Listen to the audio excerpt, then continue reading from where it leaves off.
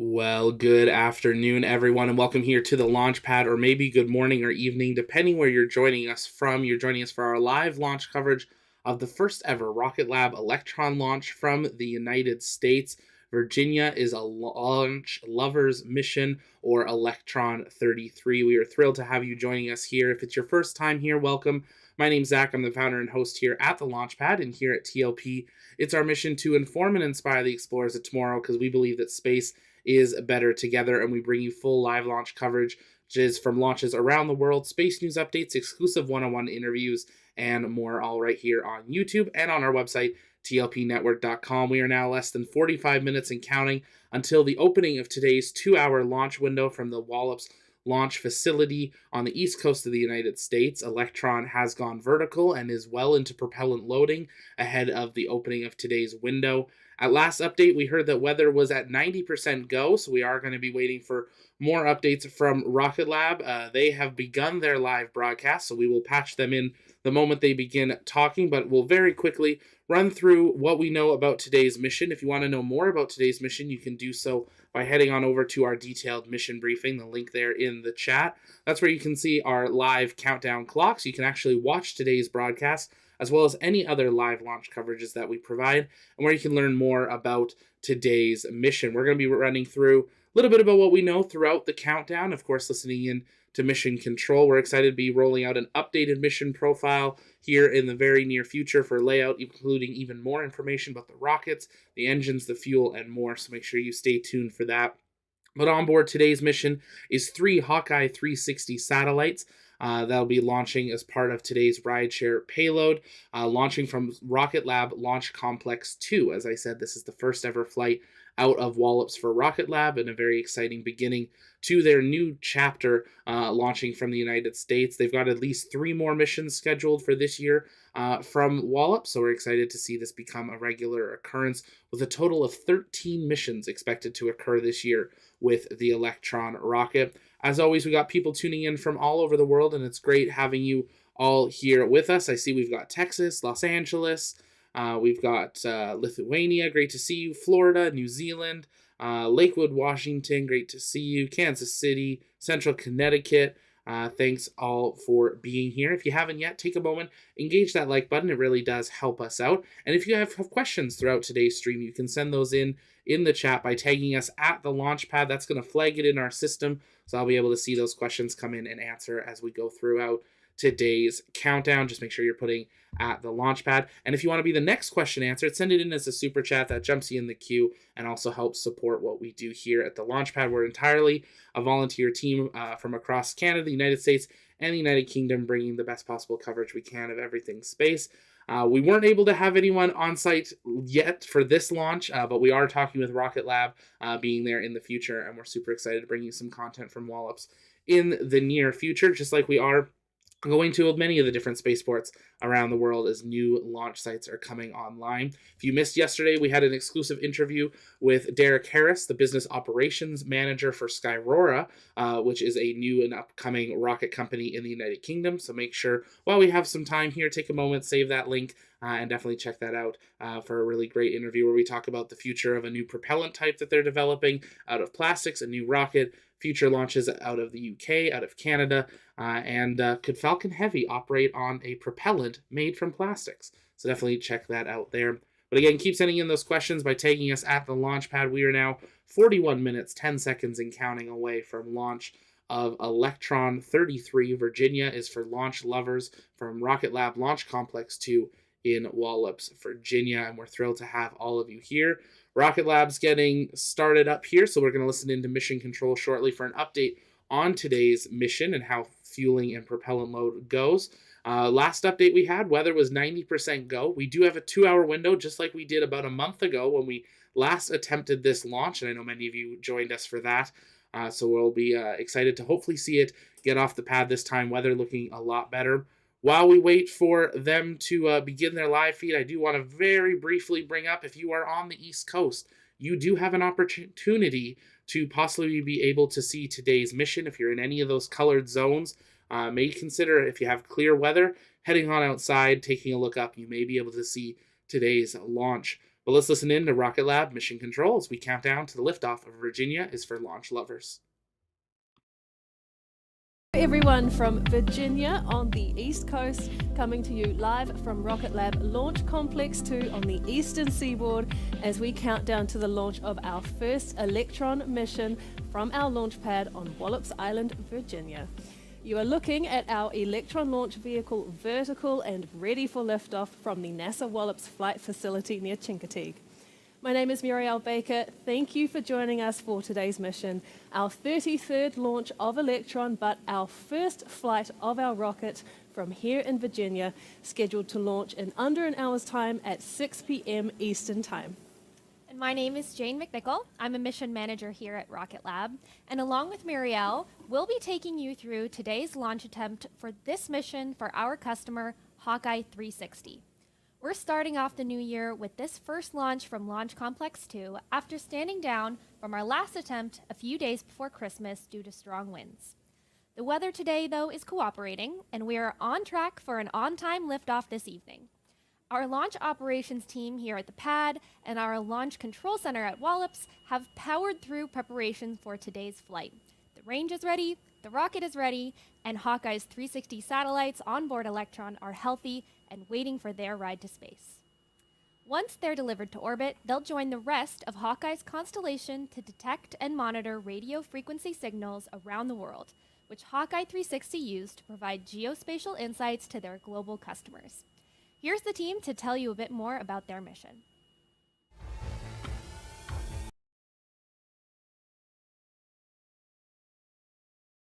And if you're just joining us, welcome here to the launch pad. We are now 38 minutes, 52 seconds and counting. We're just going to sync our clocks there with Rocket Lab as we continue towards the opening of today's 2-hour launch window from Rocket Lab Launch Complex 2 in Wallops, Virginia. If it's your first time here, welcome. Take a moment, engage that like button, share out the stream as we do count down. As you can see in the top right of your screen, fueling is complete. The Electron's first and second stage is fully fueled with liquid oxygen and RP1, ready for the opening of today's window. And weather continues to look very good for the region. Rocket Lab's playing a bit of a video here going through about what the payloads are on board here today. There are 3 of these Hawkeye satellites on board. We've seen these launch previously with Rocket Lab, but of course never seen them launch from the United States, and some great shots there of their new Launch Complex 2 that we're excited to hopefully get to visit later this year. As always, if you guys have questions, you can send those in the chat by tagging us at the launch pad, and we'll work on answering those throughout today's stream as we count down throughout today's flight, but also, of course, up to deployment of Rocket Lab's payloads. Rocket Lab generally does stay live during their countdown to deployment, so in that time we'll be able to answer your guys' questions as well. But let's listen in to Mission Control. Hawkeye's ride to space today, but also in the year ahead, with 2 more launches for Hawkeye 360 scheduled on Electron after tonight's mission. Altogether, we are set to launch a total of 15 Hawkeye satellites to low Earth orbit between now and 2024. And what's a better way to mark the start of this partnership than with this inaugural mission, carrying their satellites to space from right here in their home state of Virginia. To mark the occasion, celebrate our new home for Electron, and in recognition of our launch partners NASA and Virginia Space here at Wallops, we've given this mission the name Virginia is for Launch Lovers. You can see our Virginia is for Launch Lovers mission patch on your screen there too, right at the top of Electron on the rocket's fairing. Just a few miles away from the launch pad is Rocket Lab's Integration and Control Facility, a building we call the ICF. It's here that our mission team, Hawkeye 360 engineers, and range partners NASA and Mars, or the Mid-Atlantic Regional Spaceport, are monitoring launch pad, launch vehicle, and launch range readiness in the lead up to liftoff. Their next check-in is the T-minus 35-minute status poll, where our launch director, Michael Pearson, will get a weather update and speak with each operator to make sure the schedule is holding for our 6 p.m. Eastern Time launch. We're going to tune into the audio channels now and listen in for the latest.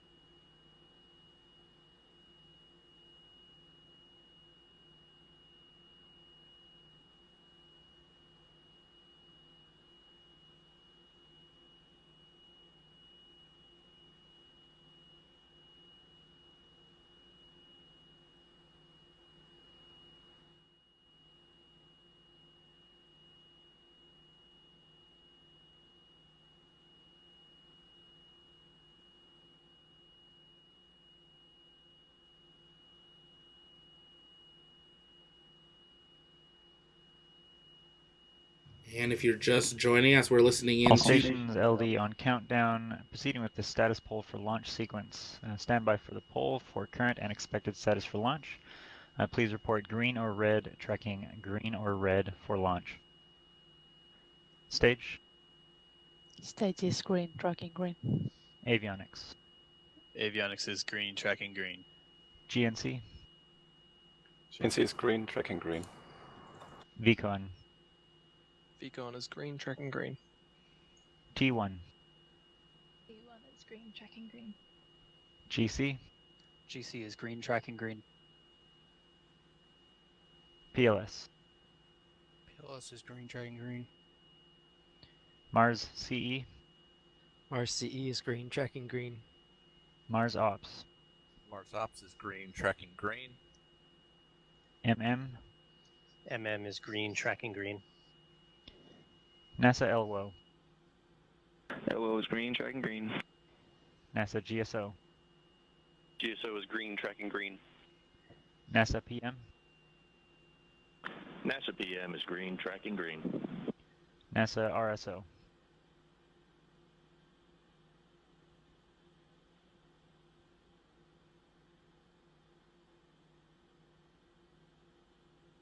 NASA TD.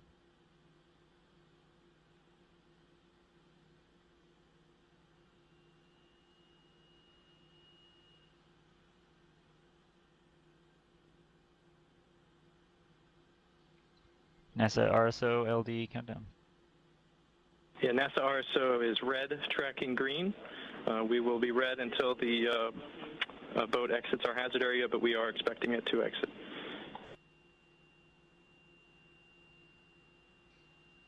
Copy, I'll call you on SUP1 shortly.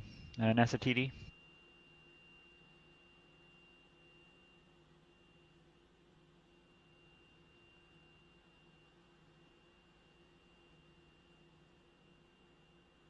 TD LD countdown. NASA TD is green, or red, tracking green. Copy, same reason as RSO. Yes, sir. Thank you. And NASA LWO, can you please provide a brief weather brief for T0? Copy LD, this is LWO on countdown, the T-minus 30-minute weather briefing. Continue with those upper level winds, going to stay about where they are now throughout the countdown into the launch window. Looking at our latest balloons compared to the model, you can see here the latest balloon, the partial was the green, very similar to the forecasted model output for T-minus 0, and direction very similar as well.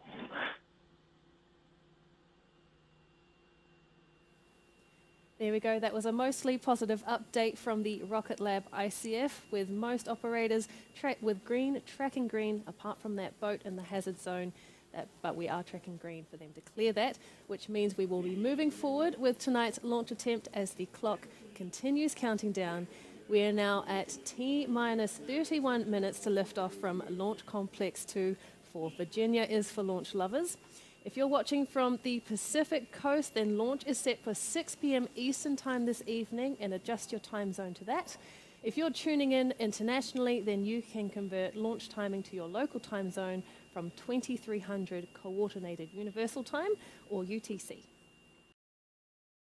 And as you heard there, we had an update from the launch control team as they continued through the count. We're going to take a really quick look here at what they were looking at in the ocean area here.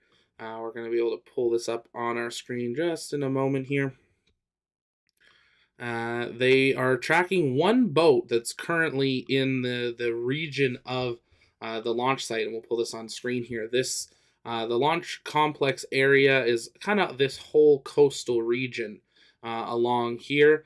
And there seems to be just a couple of boats that are out in the area. Here's a NASA surveillance boat that's actually out there.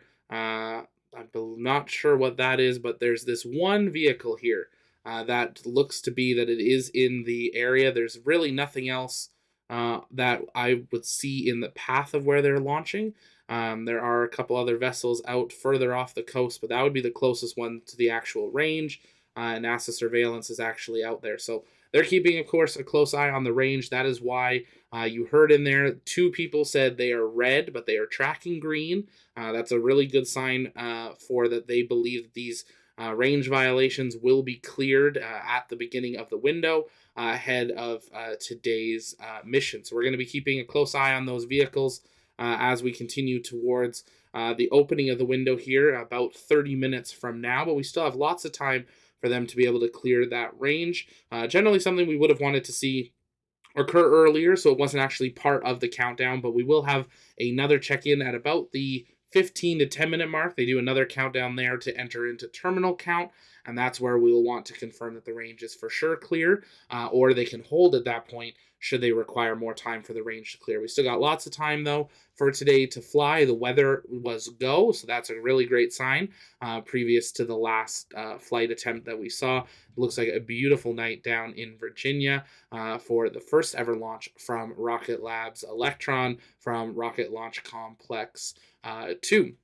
If you guys have questions, you can send those in the chat. We're going to be getting through those as we continue through today's count. We'll, of course, keep listening in to Mission Control as well. Wanted to get a couple of these out of the way here. Justin sending in a question. Are they going to try to catch it? That is not something that they're going to be doing today. It is something they will look at doing again this year, but due to this being the first ever launch out of Virginia, that's not something that they are looking at as a number one priority at this moment. Working on trying to get these on screen here. Bear with me for a moment.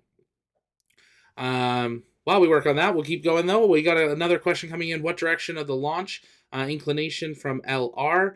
They're going to be going straight out basically to the east for today's flight, and we can pull that actually back up here. They're going east, southeast. This is the launch trajectory for today's flight, and this is the visibility map from Rocket Lab. So if you're in any of these colored areas from Pittsburgh to Philadelphia to Washington, Charlottesville, Richmond, Raleigh, all the way down to Charleston, if you have clear weather and clear view in that direction, and there's no weather between you and the launch site, you may be able to see the rocket launch here today. Something very exciting for the East Coast. Larger rocket than we normally seeing from Wallops, but it's a start because eventually we will see Neutron launching from Wallops as well. So a great kind of kickoff to what we're going to be seeing regularly in this region. But again, if you guys have questions, you can send those in the chat by tagging us at the launch pad, and we will work on answering those live throughout today's stream. Just make sure you're tagging us so we can see those. The launch window is opening 27 minutes from now as we continue the count. It is a 2-hour launch window, and you can always find out more about the launch windows by heading on over to our mission briefings. Those will always be in the description of the launch, or you can head over to tlpnetwork.com/launches. That's where you can see our upcoming launch calendar, and we will always have the launch windows available right there on the screen, so you know if it's instantaneous or if it's a launch that prepares some snacks because you might be here for a little bit. So we're keeping a close eye on that, but it's great to have you all here with us today. Pool Boy saying in the yellow zone, that's awesome. Definitely got a shot of possibly being able to see it today. Hopefully that you guys have some clear views so you'll be able to see it. It is going to be probably right around that sunset area, so it might be a little bit easier to see the actual streak of the kind of cloud that forms, the exhaust from the rocket. So we'll be keeping a close eye on that as we continue out through today's count. We are, of course, as we said, are continuing to monitor the range and the boat. This boat is making its way out, and the NASA surveillance boat is out at sea. So it's surveilling the area, making sure that the range does stay clear. Let's take a moment, listen back into Mission Control as we continue throughout today's count. Now T-minus 25 minutes, 45 seconds, and counting until liftoff. Our next check-in point with the launch operators will be the T-minus 12-minute mark when they run through the go-no-go poll to determine whether to carry through to liftoff. So far, all reports from Mission Control, though, are positive, with the range, rocket, weather, and payloads all trending green for launch. And that clear weather, too, will hopefully mean some good launch viewing opportunities for fans living along the eastern shore and watching right here in person in the Chincoteague area. Once Electron is high in the sky, it's possible you'll be able to see it from as far as Georgia in the south, Ohio in the west, and Maine in the north from the T++ 2.5 minute mark after liftoff. If you're here in Wallops, Virginia, or the surrounding areas, the NASA Wallops Visitor Center is one of the best viewing locations just 7 miles back from Launch Complex 2. And if you'd rather stay warm and inside, we'll of course have all of the best views of launch from the cameras at the pad and on Electron right here on the broadcast. Watching the launch from inside the control room at our integration and control facility will be our range partners in Virginia, NASA and Virginia Space, who own and operate the Mid-Atlantic Regional Spaceport where LC-2 is located. The effort behind our historic first Electron launch from Virginia will bring in a new beginning for commercial space activity at Wallops. Here's more from the partnership's leaders. This represents a historic moment in our history, in the long and storied history of Wallops, with over 16,000 rocket launches. The Starling launch today represents a new era of resilient and responsive access to space. That kind of capability, to offer that to our nation, to offer it to the commercial sector, to be able to put satellites into orbit. It's an exciting opportunity for not only the commercial aspect, but also for the nation.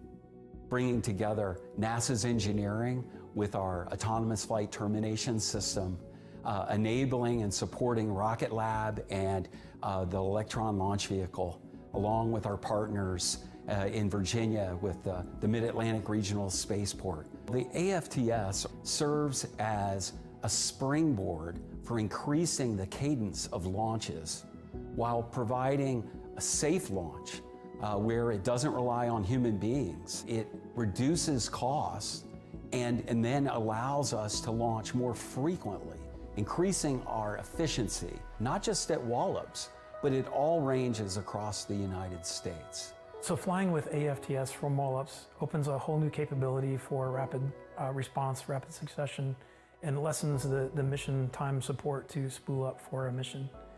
So we're very excited to demonstrate this here at Wallops for the very first time. Integration effort and all the supporting effort has been a tremendous load of work from the team to make it happen. And we are here. We finally have made it, and very proud of the team for the work they've put together to make AFTS happen. We are most thrilled that we were actually able to build LC-2 pad. We built it from groundbreaking to full operational status in 11 months. Now to be able to see a rocket actually launch off of the pad upon which we built. So working here at Wallops with NASA team and Virginia Space team, I feel like it's a unified team. Whether you're wearing a blue shirt or a black shirt or whatever color and whatever lapel pin, we're one unified team.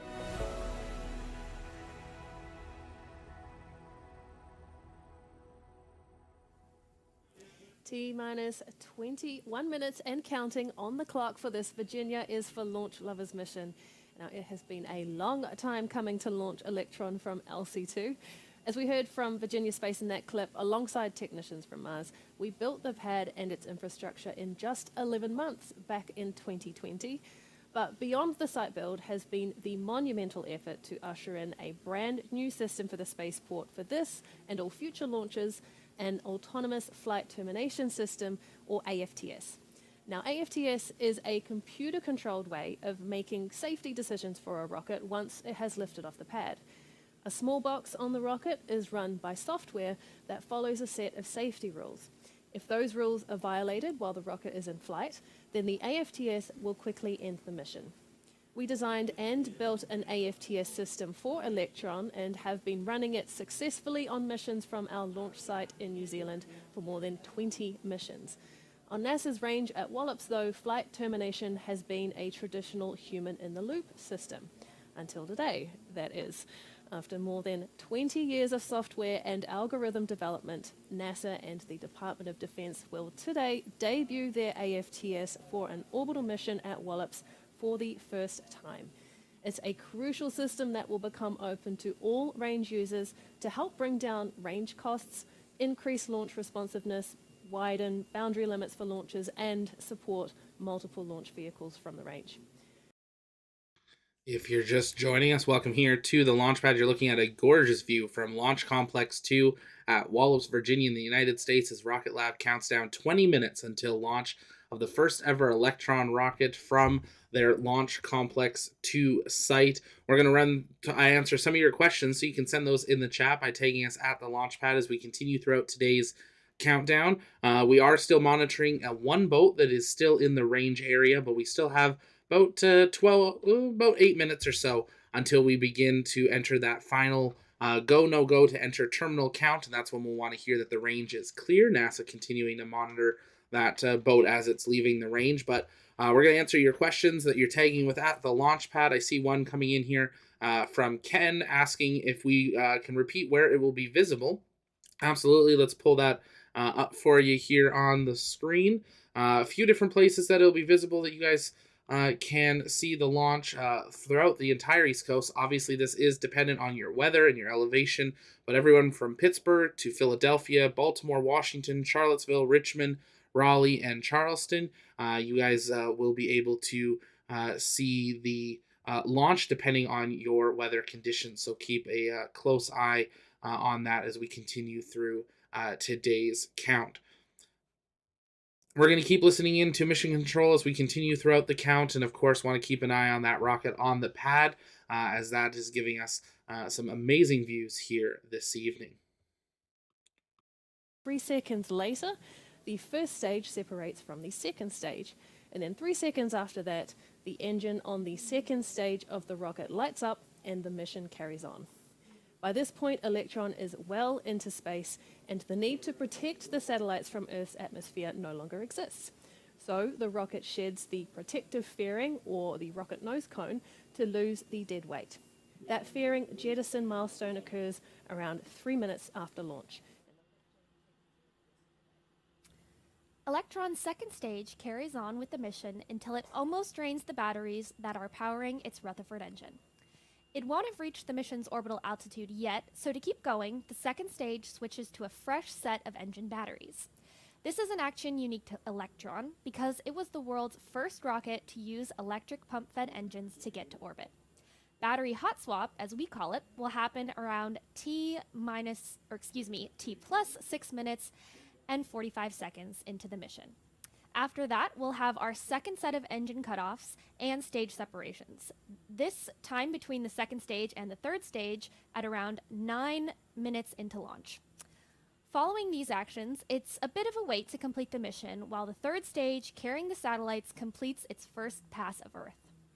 Once it returns to the highest point of its elliptical orbit, the engine on the third stage lights up to move the stage and the satellites into a circular orbit. From there, the payloads can be safely deployed into their circular orbit, and once that happens, it's mission success for Rocket Lab and the start of operations in space for Hawkeye 360. Thanks, Jane. We have now only 16 minutes and counting until the launch of Virginia is for Launch Lovers. The Hawkeye 360 team are ready and waiting as our launch team makes their way through the count. The final gate to pass will be the go, no-go poll to check in on everyone's status and readiness for launch. That's coming up at the T-minus 12-minute point, and we'll bring up the audio channels and camera feeds into our control rooms while we listen in. But while we wait for that clock to run down, Jane and I will take you through each of our operators as you see them on screen and where they are on console for today's mission. We'll start with Rocket Lab's integration and control facility located here at Wallops. Along the front row, closest to the screens, we have NASA, Mars, and our launch regulator, the Federal Aviation Administration. They'll be providing ground safety, range safety, system safety, and weather monitoring for the launch. At the end of the row is our ICE operator managing instrumentation and control engineering. Behind them, in the middle row, is Majority Rocket Lab with 2 Mars operators in the mix. On one end are our avionics engineers who are monitoring all of the rocket's electrical systems. In the middle are our ground control engineers responsible for the systems at the pad that support launch, like power generation and communications. Our operator managing the propellant loading system for Electron sits in the middle. In the back row is mission management, our IT support engineer our vehicle control specialist called VCON, and the engineer called Stage, who has eyes on the health of the rocket's engines and who watches over Electron's propellant tanks pressures, fuel usage, engine ignition, and firing. Next to her is our launch director for the mission, Michael Pearson, who leads all of the operators for this mission and who has overall responsibility for the safety and the success of the launch. Next to him is his direct support for the launch director role. And finally, we have VP of Launch, Sean DeMello, offering executive support. And over at our Global Mission Control Center in Auckland, New Zealand, we also have operators working remotely who don't need to be on site here at Wallops, and other engineers in a supporting position on Shadow Watch. At the front is our RF, or radio frequency engineer, looking after the communication systems between Electron and our ground stations around the world. Flight analysts are positioned on the right at the end of the middle row, watching over the mission's trajectory and making sure it's within bounds of our range and mission safety criteria. Engineers supporting our stage and VCON operators in Virginia are sitting in the middle. And at the other end are our guidance, navigation, and control operators who monitor Electron's navigational systems and guidance software, and who make the call on the position of Electron's first, second, and third stages in space. At the back, we have CommOps looking after all data, voice, and video communication systems for launch, and finally, Rocket Lab's Launch Safety Officer.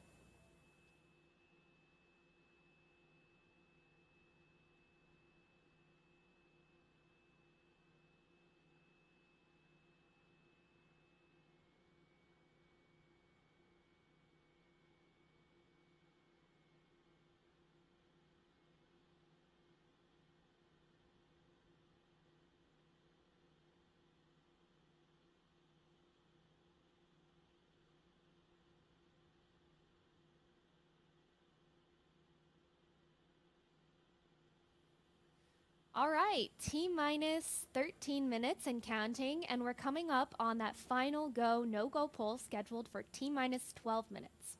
Let's bring up the comms channels and hear from Launch Director Michael Pearson and the operators to see how we're tracking as we get closer to that T0 time at 6 p.m. Eastern.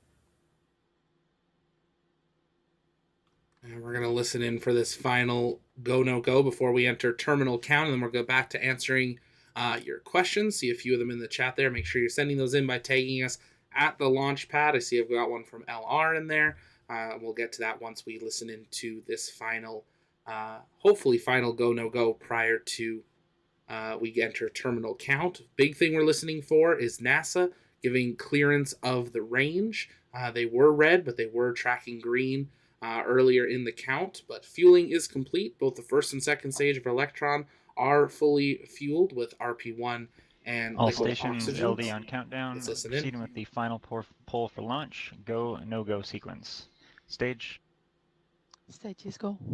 Avionics. Avionics is go. GNC. GNC is go. VCON. VCON is go. T1. T1 is go. GC. GC is go. PLS. PLS is go. Mars CE. Mars CE is go. Mars Ops. Mars Ops is go. Mars 1.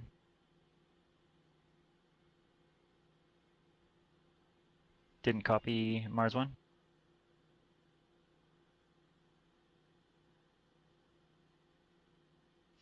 Copy Mars 1, go. NASA GSO. GSO go. NASA RSO. RSO is go. MM. is go. LD SUP. LD SUP is go. NASA TD.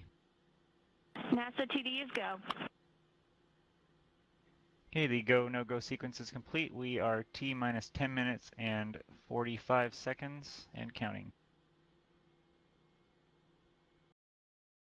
So fantastic result there of that go, no-go. The we are go for flight and go for terminal count as we come down to 10 minutes, 30 seconds and counting until liftoff from Launch Complex 2 at Wallops, Virginia.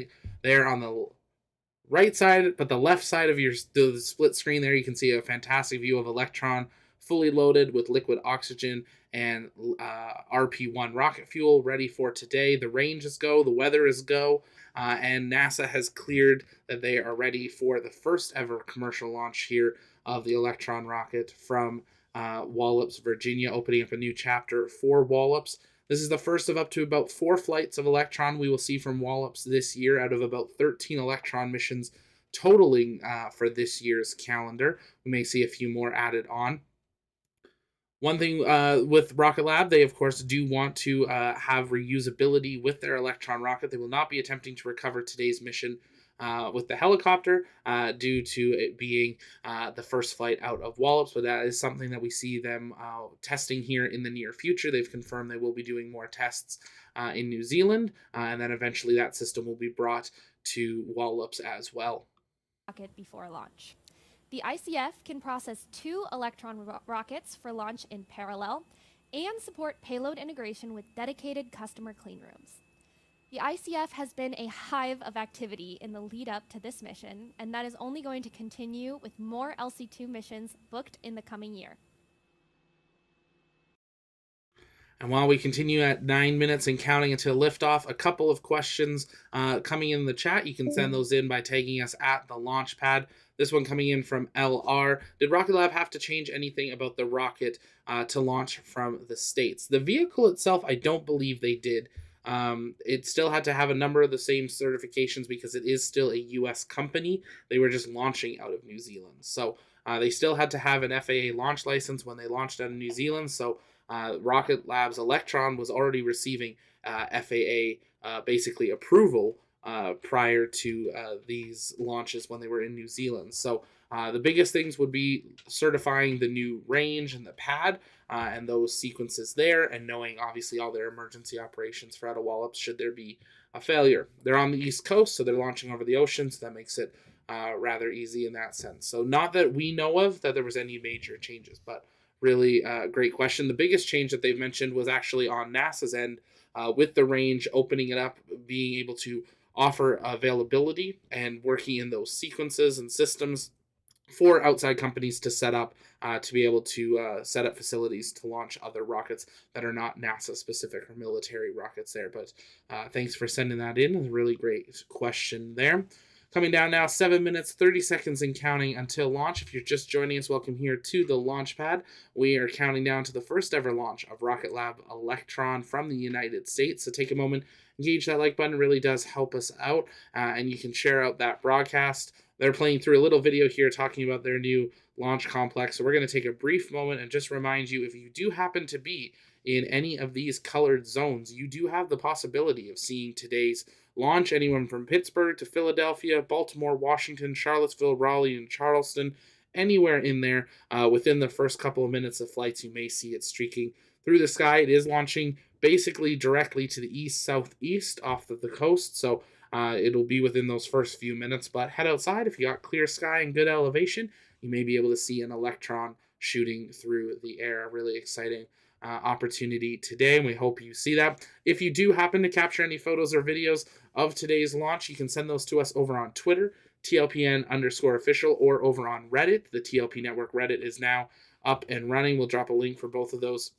in the chat if you want to join those communities. Love to see you there. The TLP Network Reddit is open for everyone until you talk about everything space, so we hope that you'll join us on there as we continue to bring out more exclusive content on there as well. We got people tuning in all over the world, and we're glad to have you here. If you haven't yet, take a moment, engage that subscribe button so you never miss another live launch coverage, space briefing, space news update, or exclusive one-on-one interview.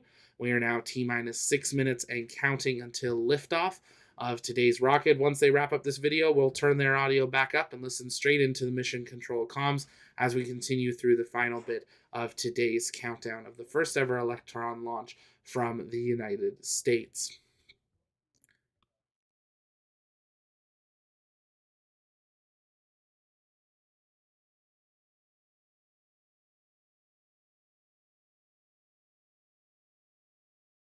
You're going to be achieving, which is monitoring hurricanes and severe weather events across. I'm continuing to talk a little bit about today's payload there, so we'll wait till they come back. Yeet's asking, what's the Electron? It's different. What makes the Electron different to regular fueled rockets? It uses the same. It's still liquid oxygen and RP1. It's just the name of the rocket being called Electron there. There are 3 satellites on board. I see Jake asking. Let's listen back into Mission Control. In joining the team here at Wallops or joining any of our other 9 sites around the world, we have a lot of opportunities for you. Head to rocketlabusa.com/careers for more information on how you can join the pioneers in the Rocket Lab team. One of the next pre-launch milestones you will see on your screen shortly is Electron's strong back retracting and moving out of the way for launch. The strong back is that tall black structure behind the rocket that provides stability while Electron is vertical. It also includes the umbilical cable connected to the rocket from the launch pad that provides electricity, air conditioning, gases, signals, and commands to both the rocket and the Hawkeye satellites before launch. Now, while the strongback is moving now to be well out of the way when Electron's engines ignite, the umbilical remains attached right until the last moment in the countdown, releasing automatically just as Electron begins to climb. We're coming up to T-minus 4 minutes to liftoff. A big moment coming up in the countdown, the switch to the launch auto sequence for Electron at the T-minus 2 minute mark. From here, the flight computer on board the rocket takes over the count as our operators in the ICF keep an eye on the rocket's various readings and levels to make sure all is ready for liftoff.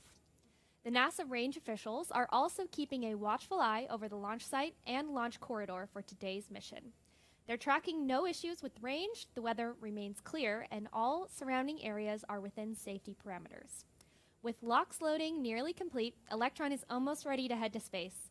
Let's hand things over to the team at the ICF and Mission Control and listen in on the last few minutes. We'll be back with you shortly after liftoff.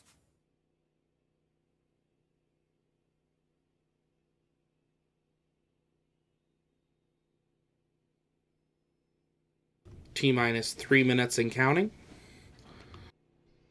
All stations LD on countdown. From now on, there should be no red flags on your critical LCCs. VCON LD countdown. LD VCON. I confirm all expected flight computer ASGOs are green. Confirmed. Lock auto sequence and confirm. Auto sequence locked. Okay, all stations, we are go for auto sequence start at T-minus 2 minutes. LD is go for launch.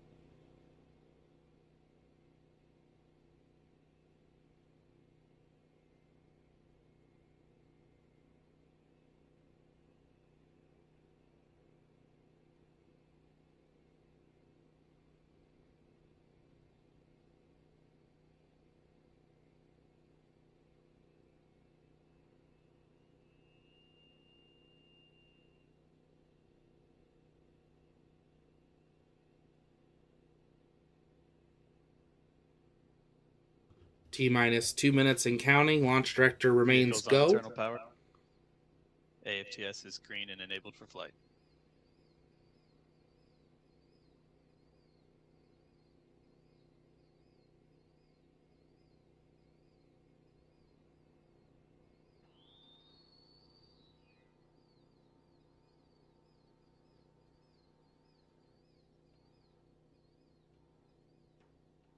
Transitioning logs system into recirculation.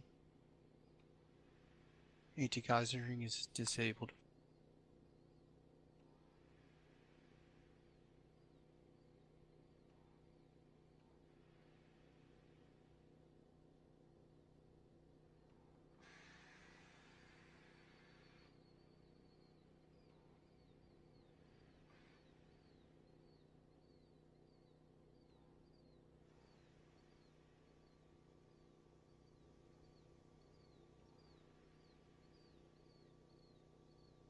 Stage 1 and Stage 2 are pressed for flight.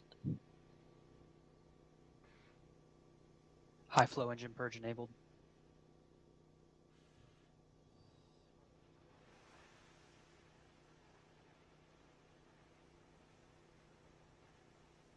Deluge is active.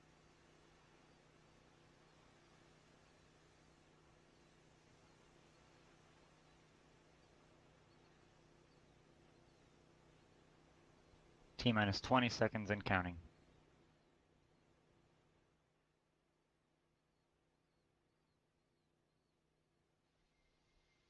10, 9, 8, 7, 6, 5, 4, 3, 2, 1. Liftoff.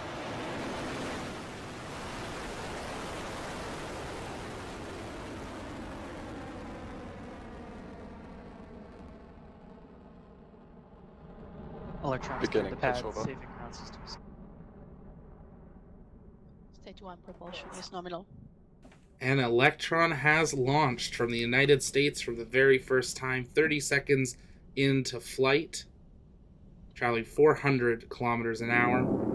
And liftoff of Electron from Launch Complex 2, leaving US soil for the first time and on its way to space up and over the Atlantic Ocean. All 9 Rutherford engines on Electron's first stage now propelling the rocket at more than 700 kilometers an hour. And we are hearing good calls from the teams in Virginia and Rocket Lab Mission Control. A clean ascent for Electron, now nearly a minute into flight. You are looking at 56,000 pounds of maximum thrust from those stage 1 engines, but soon they'll be throttling down to support that pass to the maximum aerodynamic pressure point. Cleared max Q.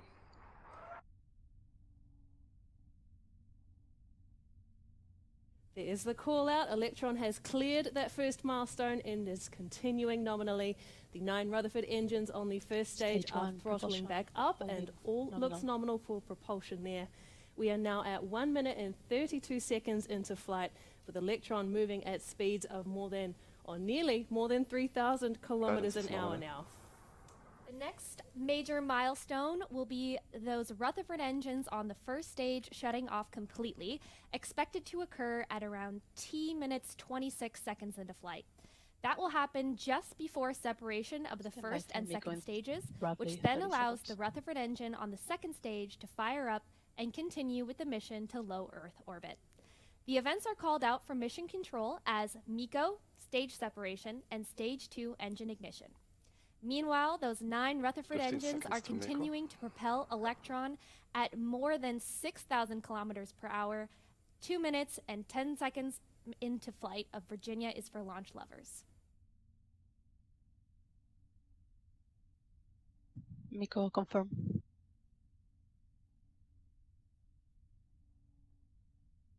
Stage separation successful. Stage 2 ignition. Excellent news there from our launch operators. Electron has had a successful MECO, stage separation, and stage 2 ignition. The next milestone will be separation of the rocket's fairing.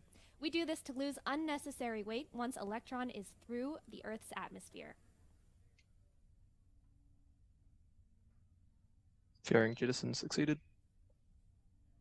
And as we saw from Electron's onboard camera and heard from Mission Control, the rocket's fairing has successfully separated and fallen away, exposing the Hawkeye 360 satellites to space on their way to low Earth orbit. Our first launch from US soil is going great so far.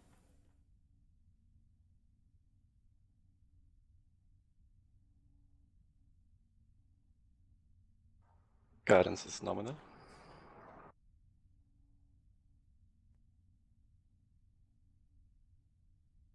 Stage 2 propulsion, holding nominal.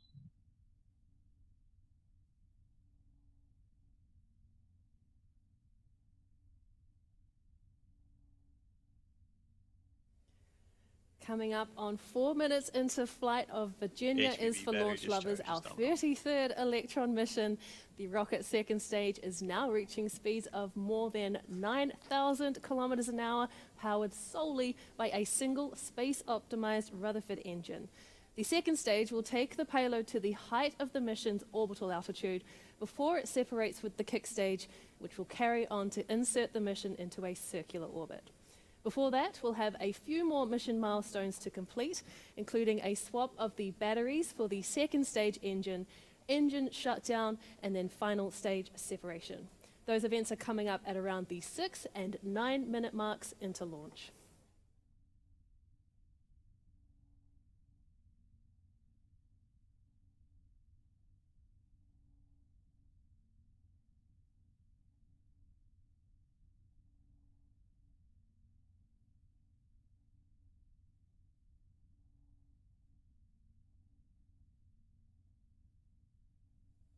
Checking in on the clock, and we are just about T+5 minutes into the mission. Hearing nominal calls here from our launch operators in Mission Control in Virginia and Auckland. The second stage Rutherford engine is putting out a maximum of 5,800 pounds of thrust on its way to delivering our customers' payloads to orbit. At liftoff, the rocket weighed about 13 metric tons altogether. But since it's shed its first stage that stored the majority of the mission's propellant, along with 9 of those Rutherford engine, Electron is down to 1/5 of its liftoff mass, enabling that second stage engine to propel Electron past 11,000 kilometers an hour.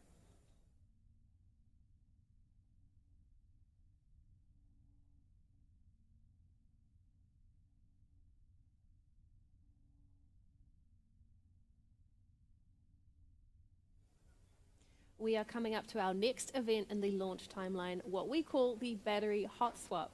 This occurs on the second stage of Electron for the Rutherford engine, which switches over to a new set of batteries to power its electric pumps once the first pair are almost out of energy.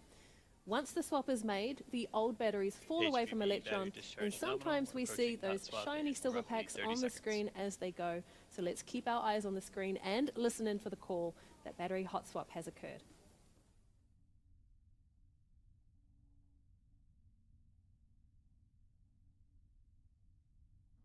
Throttling down.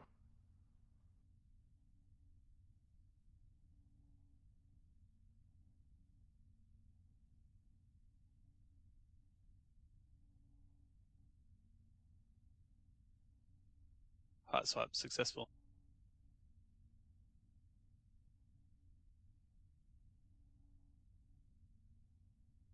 Battery jettison confirmed. Our vehicle AFTS control Ascent. operator there reporting that the battery hot swap was successful, and Guidance so is nominal, continues 2 our minutes remaining. Virginia is for launch lovers mission. The second Stage two stage propulsion Rutherford still engine holding is firing nominally and propelling Electron past 16,000 kilometers per hour, with that new high voltage battery discharge holding nominal. That second stage and the Hawkeye 360 satellites are now at an altitude exceeding 300 kilometers. Electron will continue with this ascent for the next 2.5 minutes until we come up on some of our last actions to complete this mission for Hawkeye 360. They include the shutdown of the HVV second battery stage discharge engine, holding nominal. followed by separation of the kick stage carrying the payloads so that it can begin its first orbit of Earth before our scheduled payload deployment, expected at around 57 minutes and 18 seconds into flight.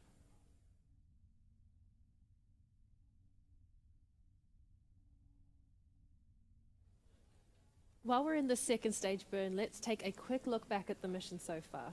So Electron lifted off the pad at 2300 UTC and performed a smooth first stage burn. Our first stage separation events were effortless, as well as the light up of the second stage engine in space to carry on with the mission. You can see it there, moving the mission along at speeds of more than 21,000 kilometers per hour. Hawkeye's payloads will be deployed to a Stage two 550 propulsion still kilometer holding orbit. nominal. So with Electron now past 328 kilometers altitude, we have another Entered burnout detect 200 mode. or so kilometers to go until that final phase of the mission. Guidance is in terminal, 22 seconds remaining.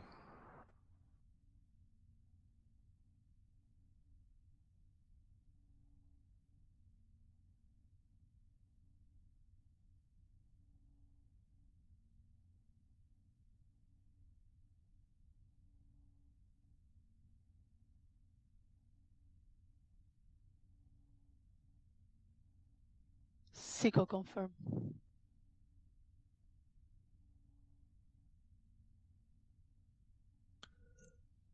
Stage 3 separation confirmed. Nominal transfer orbit achieved.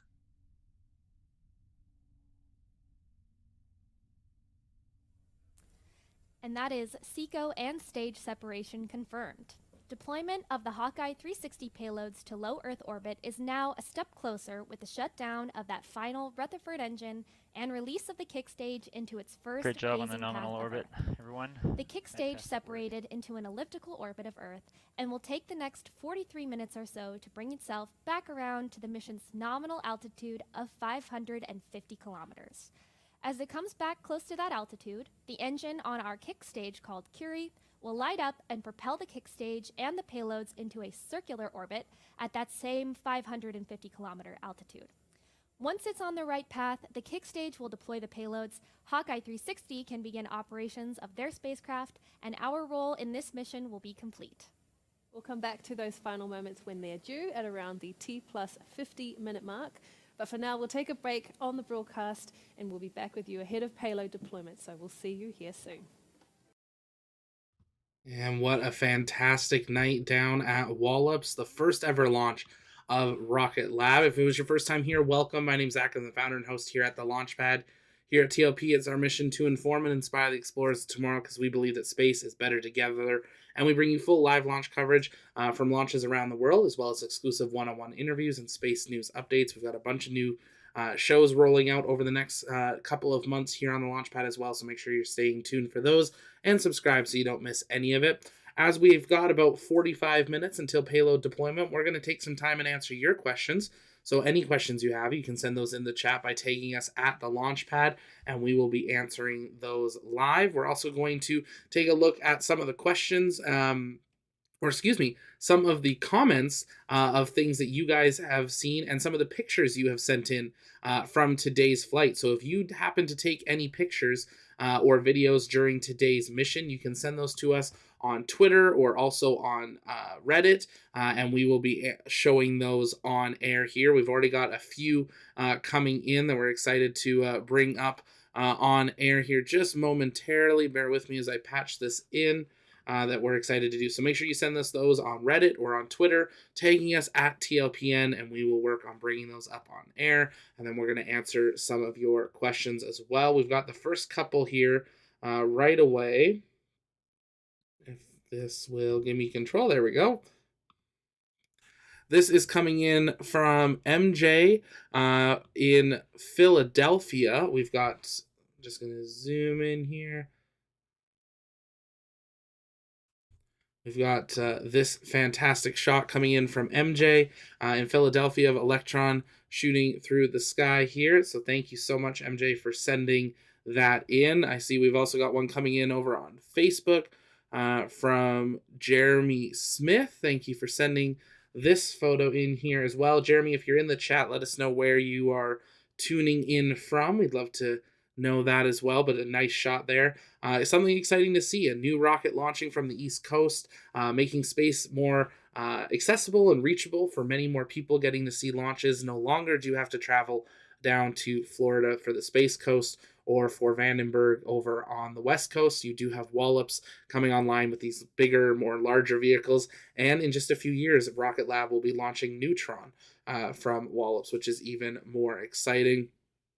This rocket was visible for basically anywhere within the East Coast, from Washington, Philadelphia, Charlottesville, in the northeastern region of the United States. So thank you so much for those sending those in. If you guys have pictures of your view of today's launch, you can send those to us over on Twitter. And we're going to work on doing this for every launch. So if you're down in Florida or Vandenberg as well and you see a launch, you can make sure to tag us and we'll try to bring up some of your guys' photos and videos live on air. We've been working on some of our systems to be able to do so. So we're glad to have you all here with us today. Again, if you have questions, you can send those in the chat, tagging us at the Launchpad. On your screen now is a live tracking of Electron, of where it has launched basically straight over the Atlantic Ocean. It's going to just nip Africa and then come back up over the Atlantic when they will reacquisition of signal, most likely there on the west coast of the United States, roughly-ish, is where they'll reacquire it. So it's kind of launching just out of range of most of the land masses during this first orbit of its flight, roughly now about 43 minutes away from payload deployment. See a few questions coming in the chats. We're going to work on answering those here. We've got one coming in from Ted. I watched a video of a Falcon 9 in Florida taken from a passenger airplane overhead. Could that be real? I would have assumed there would have been an airspace restriction. That's not fitting on the screen there. That's a good test of our system there, Ted. I appreciate it. Finishing up, I would have assumed there would have been an airspace restriction during launch. That video is real, Ted. So because of the location of Cape Canaveral and NASA Kennedy Space Center, and the direction of the launches and the distance to Orlando International Airport, it is possible to, if you're lucky enough, be on a flight coming in for landing or taking off from Orlando and see a launch out of the Space Coast. Sometimes the flight's also going into Miami. They are not able to fly directly over Cape Canaveral, so lots of the flights that are coming in from the further east coast will come down the eastern seaboard of the Florida, down to Miami and even to Orlando, and then they'll curl in to Orlando. When there's a launch, that obviously all gets moved further to the west. But that is something that is possible, and we've seen before. It's rare because the timing has to be just so right for it to happen, but really amazing thing to see. LR is saying, I think those Rutherford engines being smaller, it was a little harder to see than Falcon or an Antares. Definitely be harder to see than a Falcon. I haven't seen an Antares. They'd be kind of similar, but obviously it also depends on lighting conditions and weathers and all of that as well. There's a lot that goes into being able to see a rocket launch there.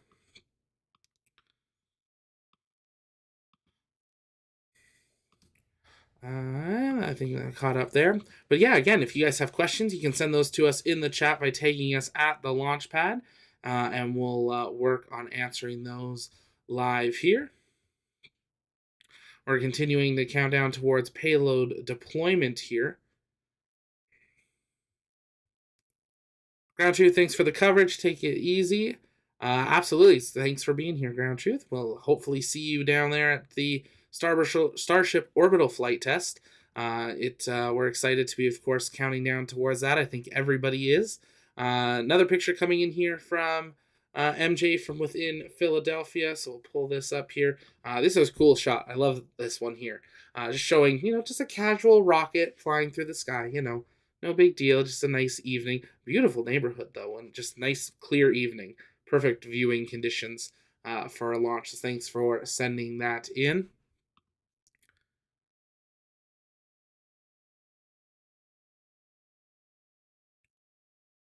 Grace, how many orbits will Electron make? Based on when payload deployment is less than 1, but it will, of course, come down eventually. For the first stage has come down already. They'll be making its journey down, and the second stage will as well. But the first stage will splash down in the Atlantic Ocean. The second stage, I don't believe we've had confirmation on where its re-entry will be, but I will see if we can get that for you. So bear with me there. Question coming in from LR. Will you be down when the first Neutron launches from Wallops? Absolutely. Wouldn't miss that. Really excited. Wanted to be down there for this one. But with the delays from December, we're figuring out what's going on with Starship Orbital. There's some other things happening that we're working on arranging that we can't just talk about yet. It just wasn't something that was in the cards, unfortunately, for me to be on site. We do have our amazing team of rocket chasers across the United States and in the UK, and we're working on expanding that team. So if you are a photographer and happen to be near any of the launch sites and are interested in joining the TLP crew, definitely take a moment, check out our website. We've got our applications open there. We're also looking for people to join the TLP news crew, helping us with research and article writing to continue to cover absolutely everything space. There are so many announcements every day, it's hard to keep up with all of them, and we're excited to be growing that team there. But definitely we do plan on being down there for the first Neutron. We plan on being down there for Electron later this year as well. We've got 3 more at least this year, so we hope to be down there for at least one. I will be down there for at least one of them, but we hope to have our team on site for most of those. We've been actually talking with RocketLab directly about that as well, so stay tuned for that. What are these red circles I see? Oh, okay. Mustafa's asking, what are the red circles on the map? I see my area are in one of them. So those are based on the ground station tracking stations that they have on when they will have downlink from the second stage. So that is the kind of coverage points that they have. They've always got one down by New Zealand. And then, of course, they have the ones up in the United States that they have partnerships with as well. So that's where they would have a live telemetry downlink from their second stage. Well, that's a really great question. Appreciate you sending that in. Thanks so much.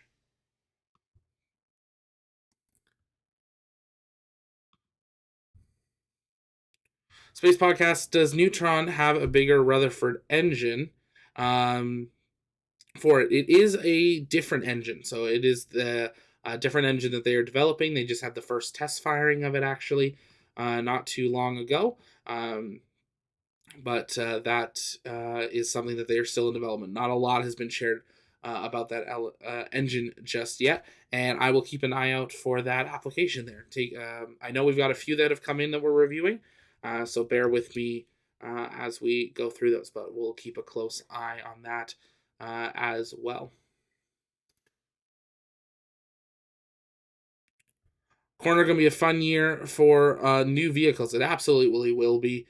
It is something that there's so many new vehicles. Starship coming online. We're going to see lots of testing of new vehicles as well. We've got Skyrora, RFA. We've got Blue Shift Aerospace. We've got so many coming online. And then some new ones that are still, only in their first few flights with Firefly, with Relativity, that we're going to be seeing flying. So lots to see this year. And of course, we're going to bring that all to you here live for the best of our abilities.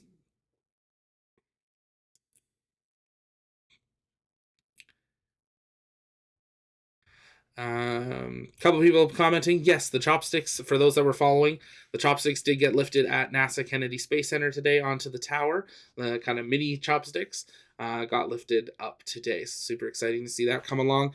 Still a long ways until we see a launch out of KSC of a Starship. NASA has not given any approval there, and until Starship is proven, they are not launching because that puts at risk the United States access to the International Space Station. So we've got quite a while until we see any sort of Starship flights from the East Coast.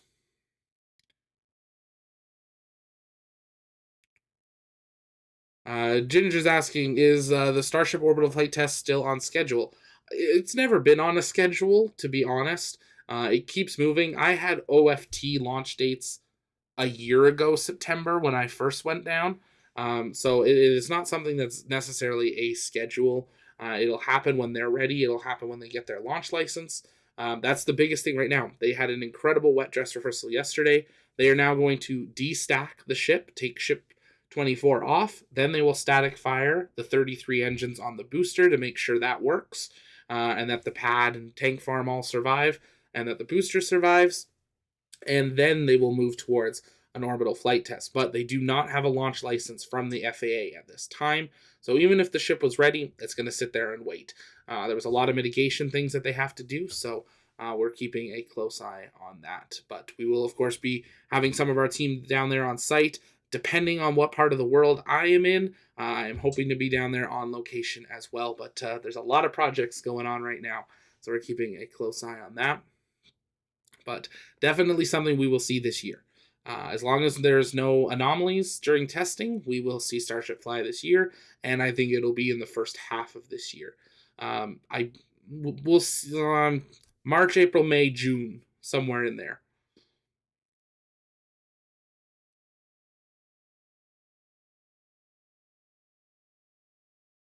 Kevin's asking, I under orbit around the Earth. Is it just them going at a certain speed? What I don't understand is why on the tracker it looks like they're going up and down in longitude on the Earth as it goes.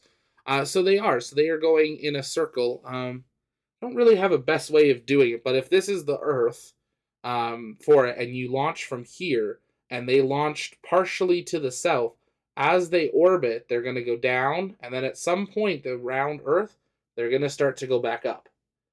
So that is that cycle that you see. We see with the ISS, they're not in a perfectly equatorial or a perfectly polar orbit, so they will always have that little bit of a cycle, and that is used for different vehicles and satellites to have the best viewing point. So that's very common to see, but that's what is happening there. Craig, thanks for the lives. I live about 20 minutes from the Virginia orbit launch site here in Cornwall. That's awesome, Craig. Appreciate it. I know many people were very excited for that launch. Didn't go as planned, but that's okay. It's a start, and you're going to have so much more happening at Spaceport Cornwall as well, and some of the other sites in the United Kingdom.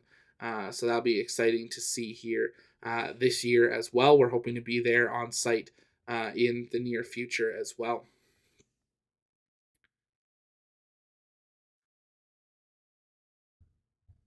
Ted, I need a globe. I know. I never thought I'd need a globe. I mean, I could use like Iron Man's head if that would be better than my fist, but I don't have a globe here. That might be something we have to invest in here for it. It's a good question, though.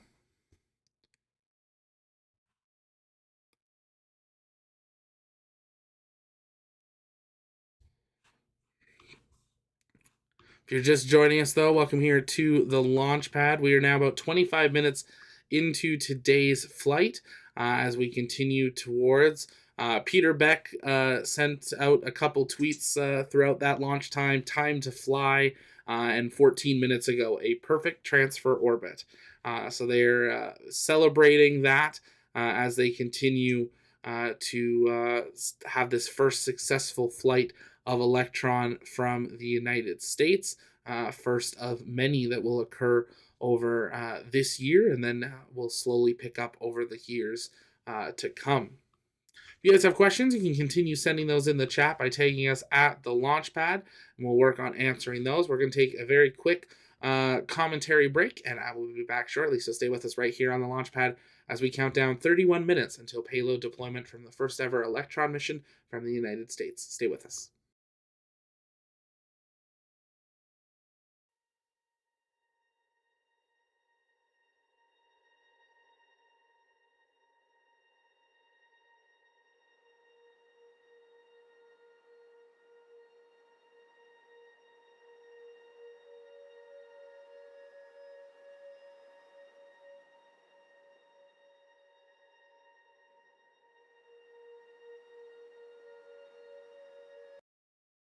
Okay, I'm going to pause there because, first of all, Panama, thank you so much for that super chat. I appreciate that so very much.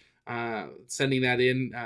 $20 for the Globe Fund. You guys are amazing. We've had a rug fund, and now we have a Globe Fund. So thank you so much for sending that in. We will work on getting a globe for here in the studio. I'll try to find something here tonight and get it hopefully in time for one of the next launches. But thank you so much for sending that in. It is greatly appreciated. Your guys' support is what lets us do this, so thank you so very much. I'll be right back, though. Quick commentary break. Stay with us.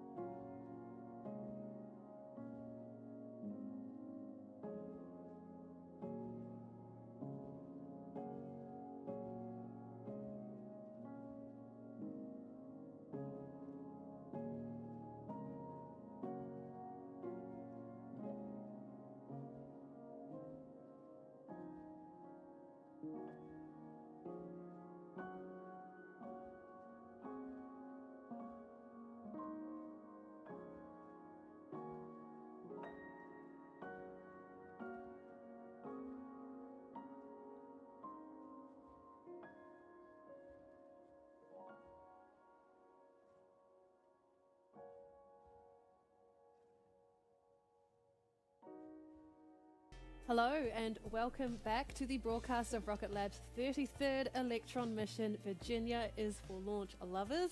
We have had our first successful launch from our pad on Wallops Island, Virginia, marking Electron's first launch from American soil at 6 p.m. Eastern Time or 2300 UTC. From there, we successfully made our way through all of the usual launch events, including passing through max Q, engine shutdown on the first stage, stage separation, and startup of the Rutherford engine on the second stage, and then a repeat performance of those actions, but with our second and third stages to bring us now to these last moments in the mission. That third stage, carrying the payload for today's mission for Hawkeye 360, has completed its first pass in an elliptical orbit of Earth, and we're now waiting for its Curie engine to ignite and position the stage in a circular orbit so the satellites can be deployed to their new home. The call we're waiting to hear from our stage operator in mission control is that the ignition of that Curie engine has happened. Now that is coming up shortly, so we're going to switch over to the nets to listen in.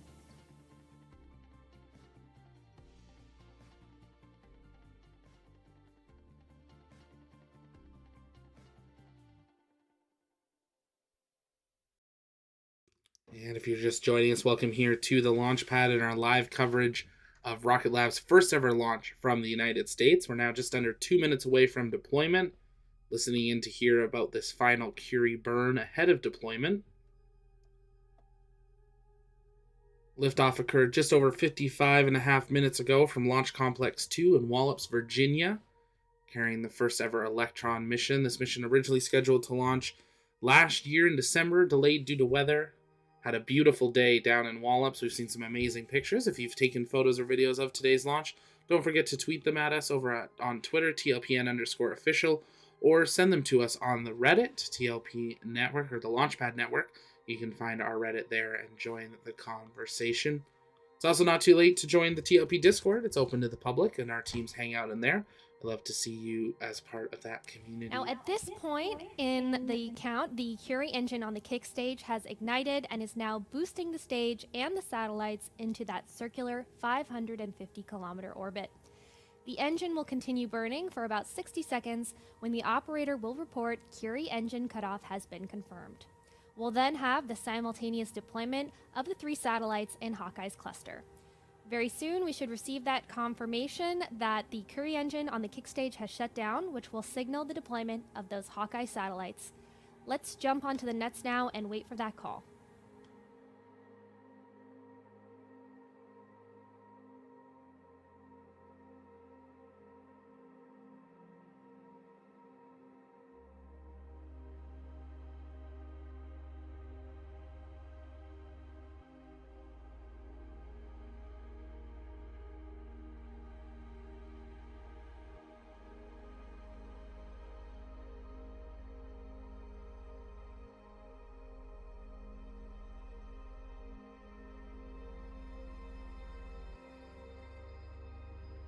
Awaiting that confirmation.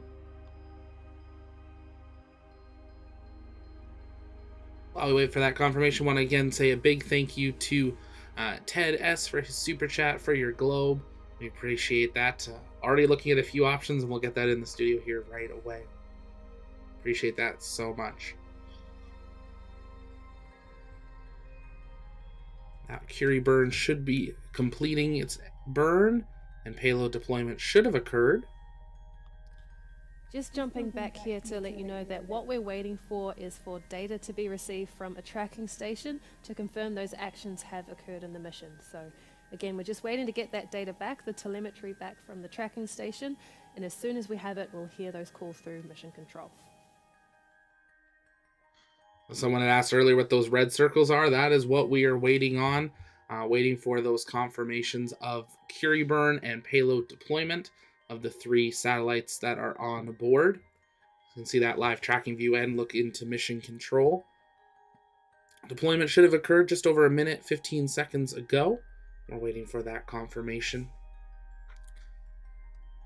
But while we wait for that, we'll run through everything that we do at the end here, as this will bring us close to the end of our live broadcast. Just to confirm again, we're waiting to receive that telemetry from the tracking station, and once we have that data, we'll hear those calls from our mission control operators. In fact, we're going to leave up the audio channels from mission control so that as soon as they receive that confirmation, we'll hear it, and you'll hear it too, live on the stream.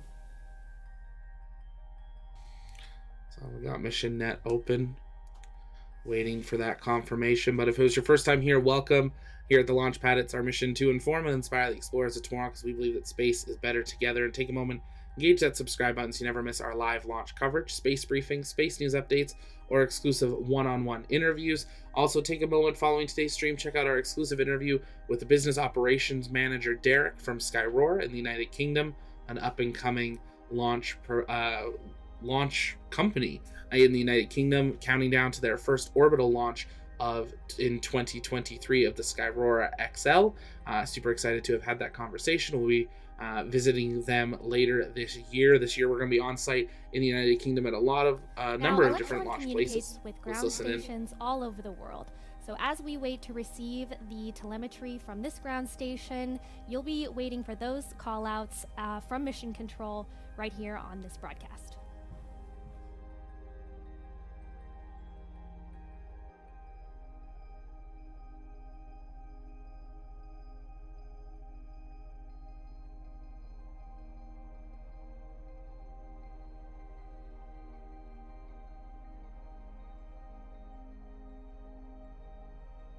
LD GSO countdown 1. GSO LD. Yes, sir. All roadblocks have been removed and the danger area has been reestablished to the LC2 fence line. Copy that. Thank you very much.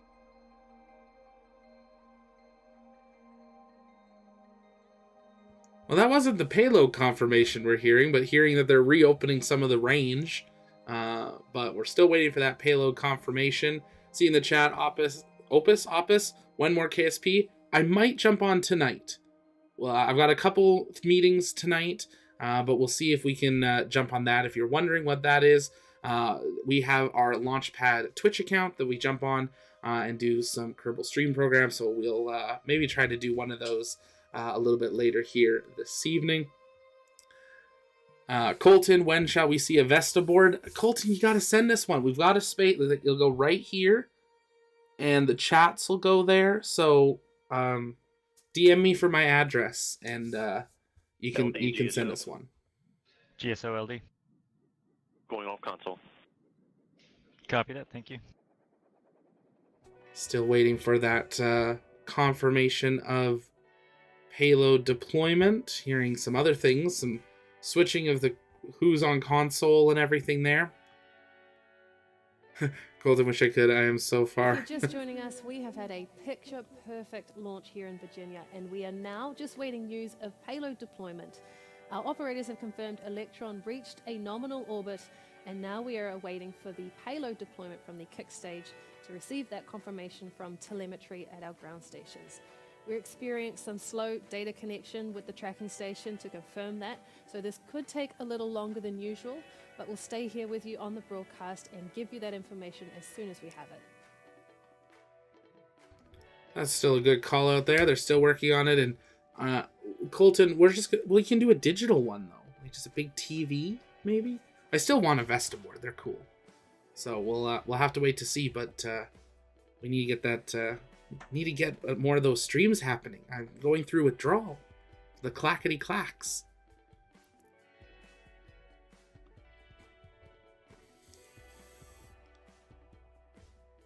Yeah, no worries, Opus. Yeah, always enjoy doing those streams. I've been playing it. I've been playing around with a few things on Kerbal, so I have been playing it. I just haven't been streaming it. I've been playing it over on our Discord as well. Hang out in there some of the time playing it. So we don't always necessarily stream it, so definitely consider that.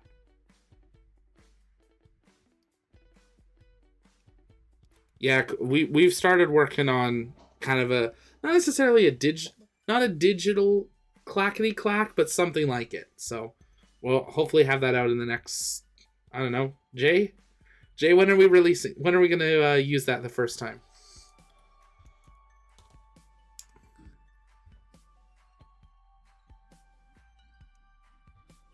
Panama launch is done. Any launch director calls should be Wallops being secured. Exactly. So Wallops is now clearing out, being secured, parts of it being reopened now that the launch is complete.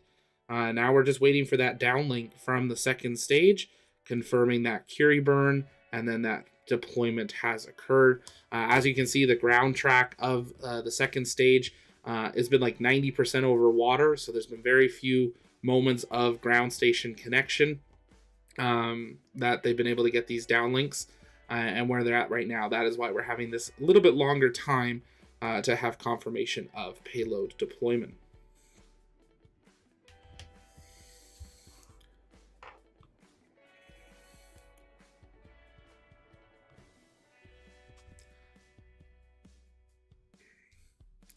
Catching up on the chat here. Again, if you guys have questions, you can send those in the chat by tagging us at the launch pad, and we'll work on answering those questions as we await for that payload deployment. Should that you have that here shortly.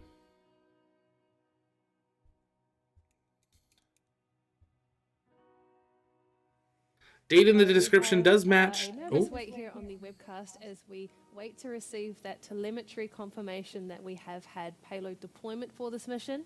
We are waiting for that to come through, and as soon as we have it on mission control, we'll share it with you. But just to reiterate, if you've joined us now and you're wondering what we're waiting for, we are waiting for that payload deployment information to come through to the tracking stations.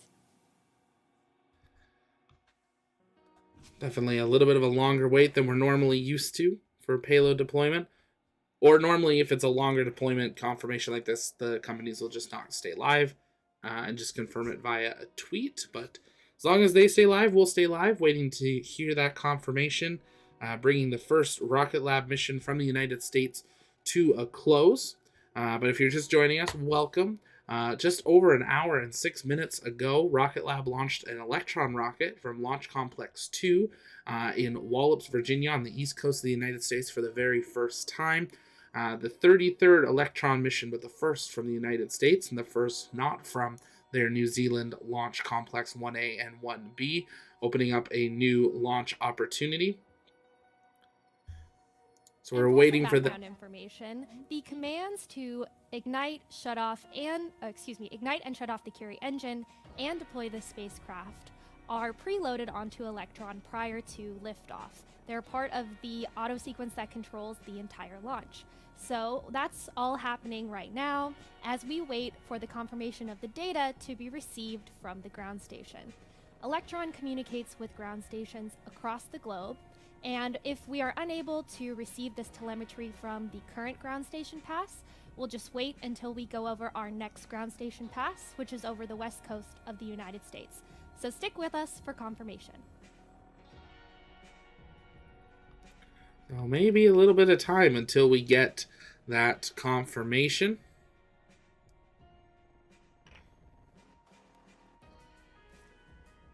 Nothing to be scared about just yet. This is, as they just said there, something normal. These rockets are autonomous. It knew to fire its engines when it needed to. It knew how to do payload deployment, so it doesn't need to have manual control. It's just now us waiting for confirmation that it happened, just as if the payload had happened over the middle of the ocean. We're just waiting on that. It sounds like they maybe didn't have as good of a ground station coverage there on the west coast of the Australia that they would have liked to have had that confirmation. So now we may have to wait until we get to the west coast of the United States. Deployment should have occurred just over 10 minutes ago.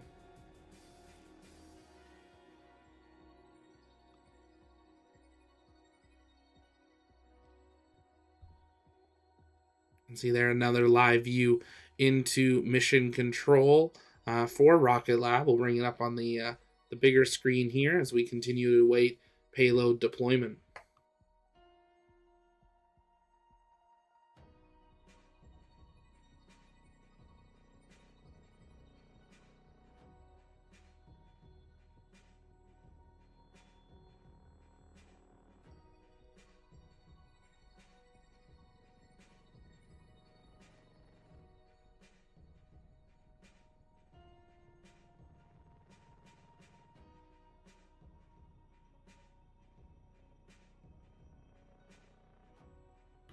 think a really great comment in the chat. I thought Rocket Lab was from New Zealand. That is what most people believe, but is actually not true. Rocket Lab is a U.S. launch company. It is a U.S. rocket that has launched in New Zealand. So they do still require FAA launch licenses and stuff. They've just previously launched 32 of their rockets in New Zealand, and now they are launching from the United States. This was always part of the plan, and they are now beginning that. They will also launch their Neutron rocket from the United States, starting in just a few years once they develop their new launch vehicle.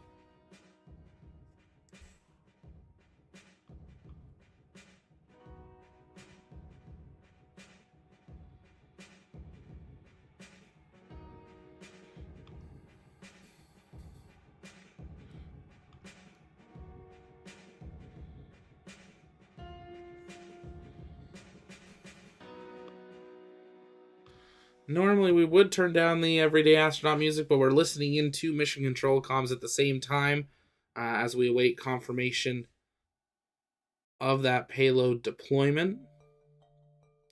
You can see now that second stage making its way over the Pacific Ocean, beginning that. Probably take, do a rough guess, probably about 15 minutes or so to cross the ocean and get in range of that ground station on the west coast of the United States, and that's when we'll be able to have confirmation of deployment.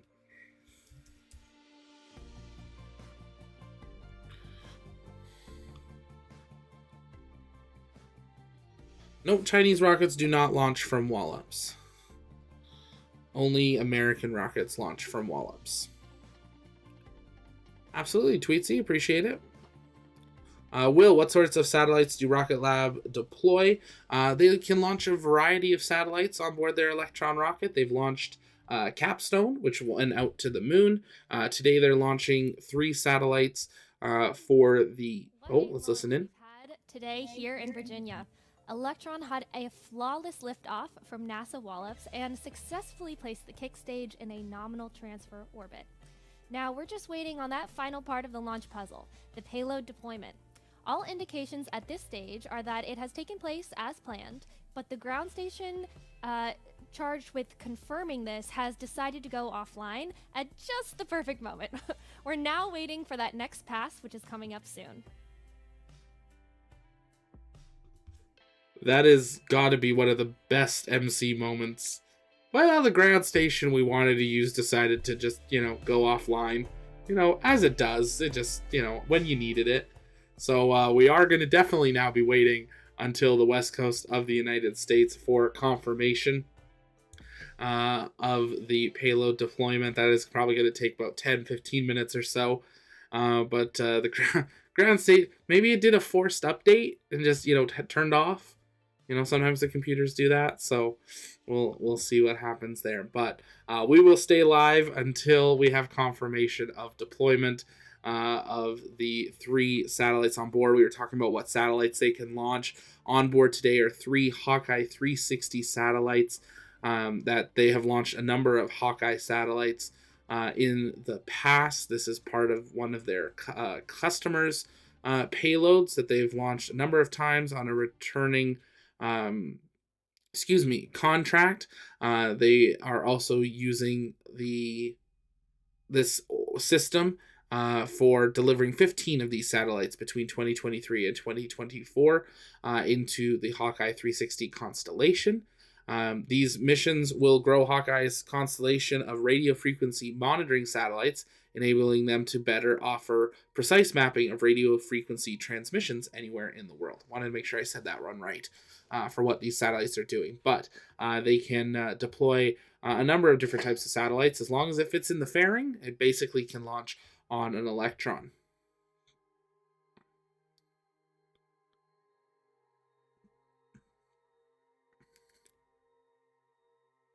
But yeah, if you guys have questions, you can send those in the chat. We'll take another quick commentary break, but stay with us as we await confirmation of payload deployment of the first ever Electron mission from the United States. Stay with us.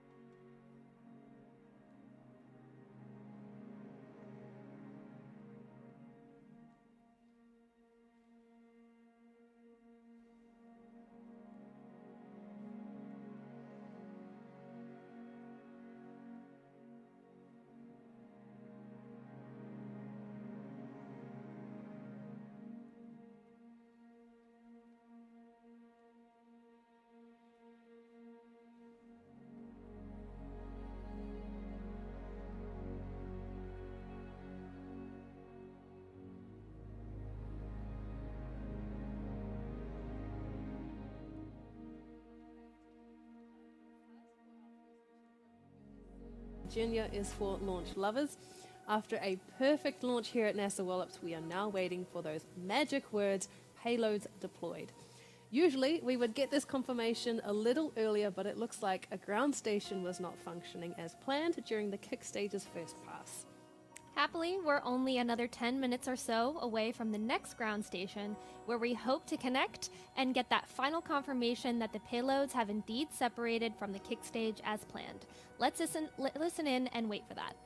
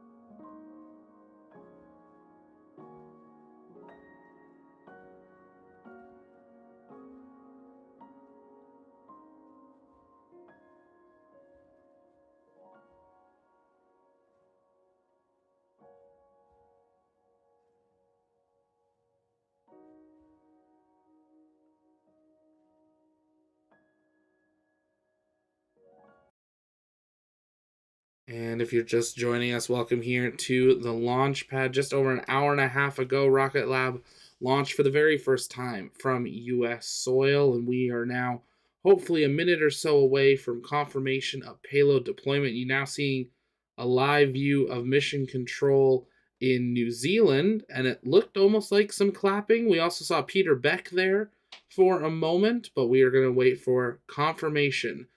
Let's listen in. Oh. Nothing yet. Waiting for that confirmation of ground state. Thank goodness, there we go. That was confirmation of Curie ignition cutoff and deployment of all 3 Hawkeye 360 payloads on our 33rd Electron mission. Congratulations, Hawkeye 360, and welcome to your new home in space, all the way from our new home in Virginia.